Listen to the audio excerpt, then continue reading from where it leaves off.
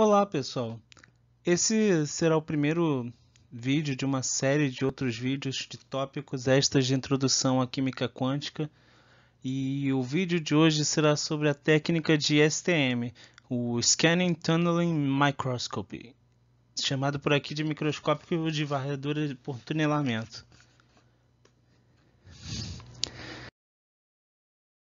O tunelamento é um fenômeno quântico muito especial, onde uma função de onda se propaga por uma barreira de potencial transpassando-a. Muitas vezes achamos que se trata apenas de um rodapé na matéria de introdução à quântica, mas é um efeito que possui aplicações bastante interessantes. Essas aplicações foram destrinchadas por essa equipe, chefiadas por Gerd Bünig e Heinrich Hoher, que são os dois segurando flores. Essa foto foi tirada logo após o jogo de futebol da equipe da IBM de Zurique, que enfrentou a Dow Chemical, e poucas horas após o anúncio de que os dois seriam premiados com o Prêmio Nobel de Física de 1986, pela descoberta dessa técnica. A equipe da IBM desenvolveu toda a tecnologia no final dos anos 70 e começo dos 80. E o que podemos obter com STM? Imagens tridimensionais de estruturas atômicas, como podemos ver por essas figuras que vou mostrar aqui. Essa aqui é uma micrografia de silício 111, onde podemos ver como é a organização da estrutura desse material. A altíssima resolução da técnica nos permite inclusive investigar como é o arranjo eletrônico dos materiais, como podemos ver nessa figura aqui, onde temos um corral de elétrons induzido em uma amostra de cobre.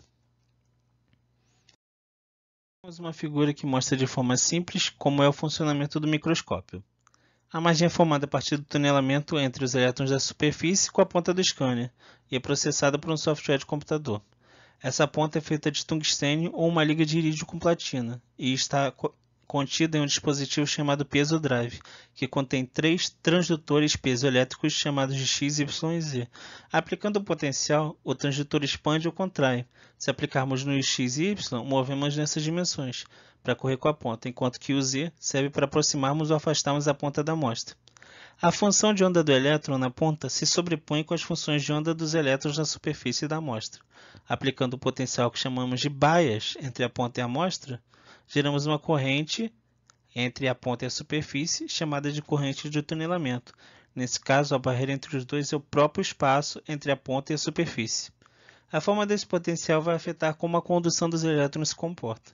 Normalmente, a convenção é de que um potencial negativo faz com que os elétrons sejam tunelados dos estados ocupados da ponta até os estados não ocupados da amostra, enquanto que um potencial positivo faz o oposto, onde os elétrons dos estados ocupados da ponta são tunelados para os estados vazios da amostra. Se lembrarmos bem, a função de onda durante o tunelamento em uma barreira de potencial tem um comportamento exponencial, e aqui não é diferente. A corrente de tunelamento também possui esse comportamento e varia de acordo com 3 fatores: a diferença de potencial, uma constante que depende da composição do condutor e a distância entre o átomo da ponta mais próximo da superfície com o átomo da superfície mais próxima da ponta. Esses fatores podem ser descritos a partir da equação contida nesse slide. Essa corrente de tunelamento é convertida em potencial e depois comparada com o valor de referência. Se o valor da corrente é maior que os valores de referência, então o peso Z tende a afastar a ponta da amostra e vice-versa. Assim temos uma posição de equilíbrio no eixo Z. Conforme a ponta varre os eixos X e Y, o eixo Z se modifica subindo ou descendo de acordo com a forma da amostra. Valores de Z fazem com que a ponta se aproxime, indicando depressões na superfície, enquanto que os valores altos indicam morros.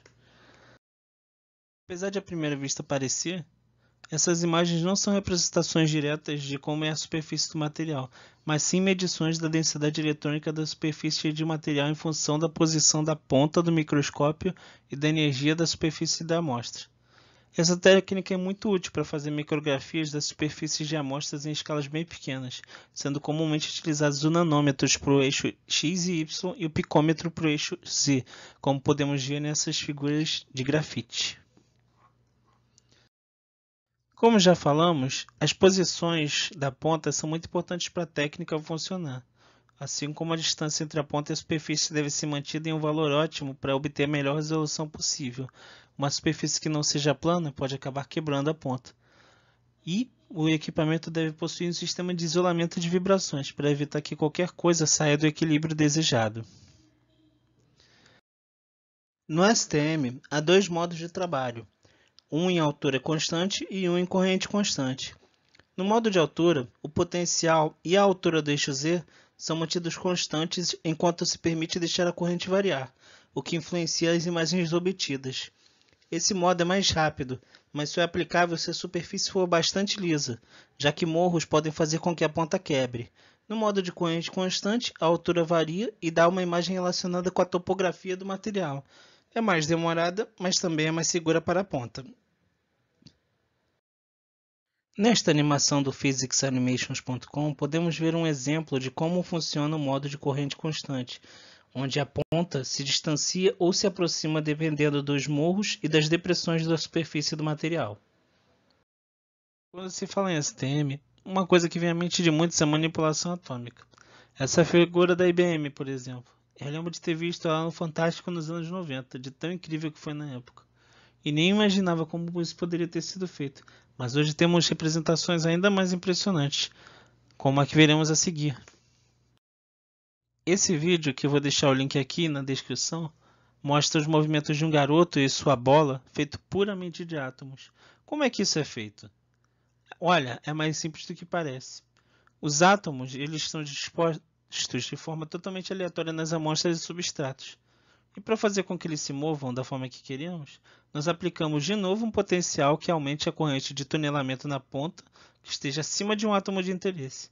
Dessa forma, a ponta se move na direção do átomo, formando uma ligação química tênue. Quando a energia de ligação é suficientemente grande, o movimento da ponta também move o átomo do lugar. Após chegarmos ao local de interesse, a corrente de tunelamento é gradualmente diminuída até que a ponta se distancie do átomo e a ligação seja quebrada, deixando o átomo onde queríamos. Bem, pessoal, esse foi um dos vídeos dessa série de tópicos. Espero que vocês gostem e até a próxima.